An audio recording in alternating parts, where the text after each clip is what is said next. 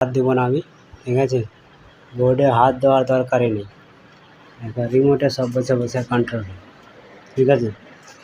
ফ্যানটা চালু হয়ে গেল, এখন ফ্যানটাকে আমি অফ করব। অফ হয়ে গেল ফ্যানটা, হ্যাঁ, ফ্যানটা অফ হয়ে গেলো। এখন আমি বলটাকে চালু করব, বলটাকে, এই বল অফ চালু হয়ে গেল। আর একটাকে চালু করব, আর একটা চালু হয়ে গেল।